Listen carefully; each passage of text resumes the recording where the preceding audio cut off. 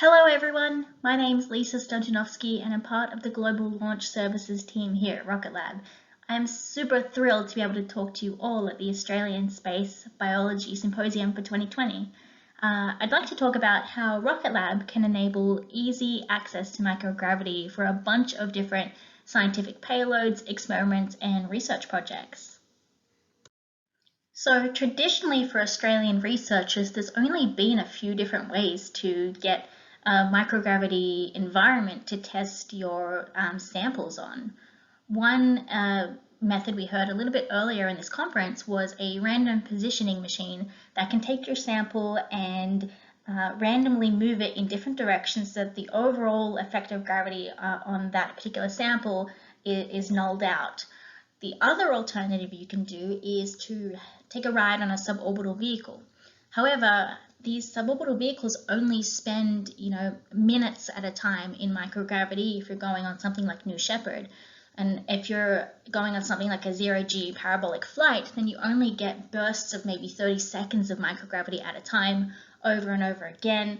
And you're also subjected to some pretty high G loads in between those microgravity areas. And so is that really long enough, for all experiments, for all projects over all different scientific research questions?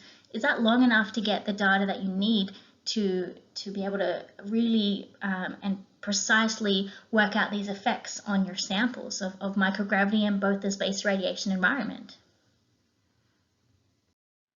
And so for those people, those researchers that really wanted an extended time in a microgravity space radiation environment, we looked to the International Space Station.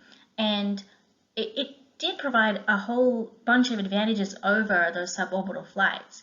But it also came with a lot of extra paperwork and requirements, because anytime you've got humans involved, the safety margins and factors go up immensely. So when you're on ISS, you have to get a launch broker and get your experiment on that launch, and then you're working with a payload broker that actually takes that launch space and ISS space as well for storage. And they help you assign things like the crew time, and that goes through the ISS office. And at the same time, you have to meet their safety requirements in terms of things like outgassing of any kind of paints or adhesives that you have in your project. You have to go through safety requirements in terms of toxicity and crew safety. And then when you're talking biologicals, you've got to have multiple layers of containment as well, because there's just, this real hard stance on not contaminating anything in the ISS, not bringing any risk or any harm to anything else on ISS, whether that's crew, whether that's other experiments, whether that's the structure itself. And so those requirements can get quite challenging when there's a really specific need that you have for your research or for your experiments. And sometimes because of that, you have to work with compromises in order to at least get that microgravity time that you wanted or that you needed. So there are some advantages to going to the ISS, and then there are also some disadvantages. And one of them especially that I'd like to focus on is actually getting to the ISS and the time it takes to get up there on orbit as well. And so when we look at the commercial resupply missions to the ISS for 2018 and beyond, they're really staying steady at about 4 or 5 launches per year on the manifest. And that's, considering if you can actually get some cargo space on that flight if they're not already full. But when it comes to RocketLab, the launch cadence is actually increasing over time. So reaching orbit in 2018 with 3 flights, 6 flights in 2019, and this year, even with the coronavirus pandemic and all those disruptions to supply chains and labor, 7 launches targeted for 2020. And then RocketLab's also well placed in 2021 to hopefully get around 12 flights out to orbit, and hopefully increasing that cadence in 2022 and beyond as well. And so we're baselining a launch per month, if not more, as we go into 2021 and beyond. We've launched a bunch of Cubesats for NASA, and we've also launched the University of Melbourne, University of New South Wales, and in this next launch, Auckland University too. And ultimately, this launch frequency comes down to our ability to produce a rocket every week with our high-tech, advanced composite manufacturing and 3D printing facilities that we have spread throughout our California headquarters and our Auckland production complex in New Zealand as well. And for those of you that might not be as familiar with what RocketLab does, I wanted to show you this animation that kind of takes the launch process all the way from the beginning of launch to the end of the mission. So we launch from either our New Zealand launch complex or our US launch complex, and we have satellites on board ready to be deployed into their own orbits and perform their own missions. So the very last stage of the vehicle gets separated from the second stage. The second stage burns up back into the Earth, and the Kickstage, which you can see in the bottom right-hand corner there, completes a burn to put them in the precise orbit that they want. And then those payloads get deployed off of our vehicle. But we were thinking, we deploy these customer satellites, but we still have our own Kickstage there, sitting there in orbit.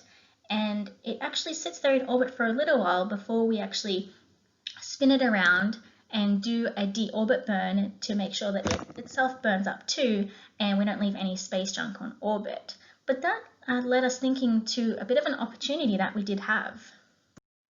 So every launch, we have this free orbiting platform that spends hours or up to a few days in microgravity that's just kind of sitting there. And if you see this image on the right-hand side there, the payload plate, which is the white solid aluminum structure, sometimes has a lot of free real estate available for us to be able to bolt on additional payloads. In that image on the right, the circular ring is where the microsat attaches to the payload plate and to the rocket. But after that's deployed, that ring gets left behind, and there's all this extra space around it. So we took advantage of that on our third flight in 2018, and a customer came to us with a drag sail demonstrator that they wanted to test in microgravity, and you can see it on the left-hand image there. So that was compressed into the size of a 1U or a tissue box, bolted to the payload plate, and then after all the other customers' satellites were deployed, and there was no other customers left on board, the drag sail deployed from its little container and stayed on board, and we were able to kind of see the drag effects that it had on our Kickstage there. And so they were able to use that extra room that without them we would have just turned around the Kickstage and deorbited it, even though there was space there to hold on to something for a little bit longer and give them the hours in microgravity that they wanted.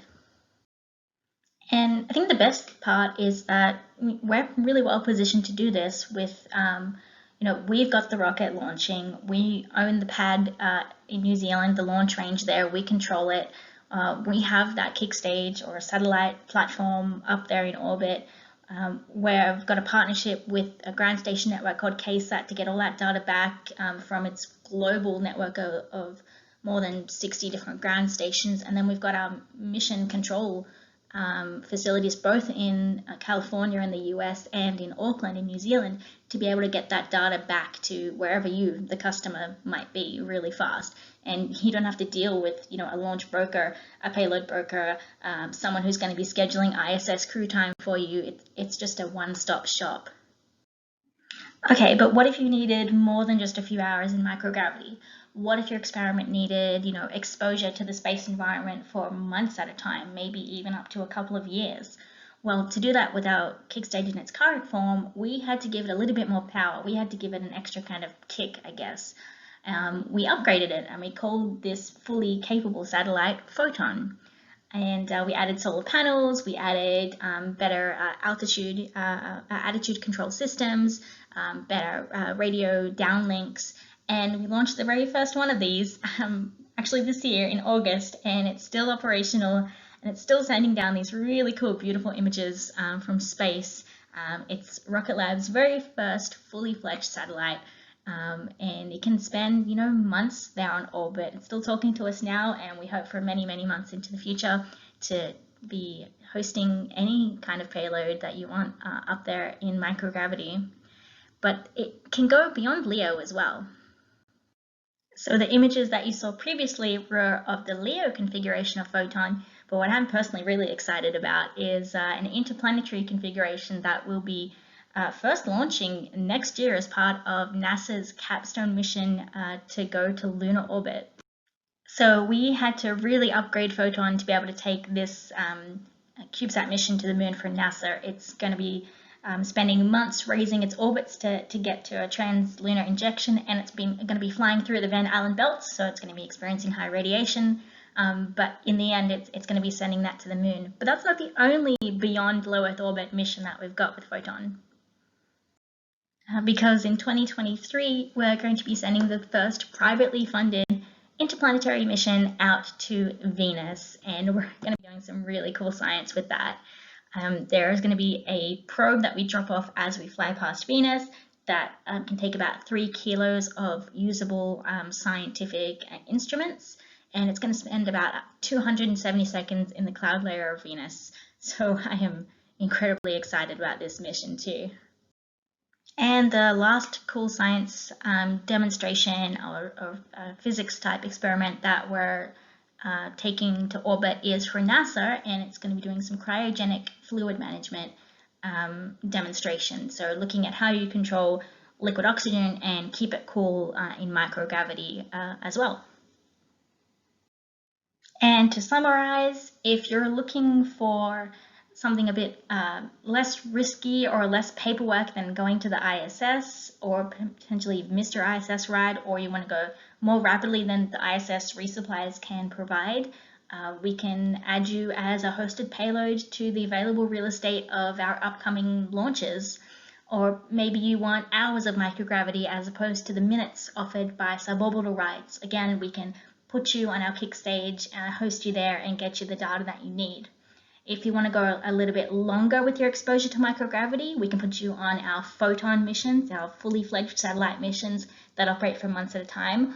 Or if you're looking for even a little bit more of an ambitious or flagship mission, we can offer some interplanetary destinations as well, like lunar destinations, Venus, and even beyond that as well. So if you're interested, please let us know. You can speak to Lisa, that's me, or Sandy in my team at launch@rocketlabusa.com.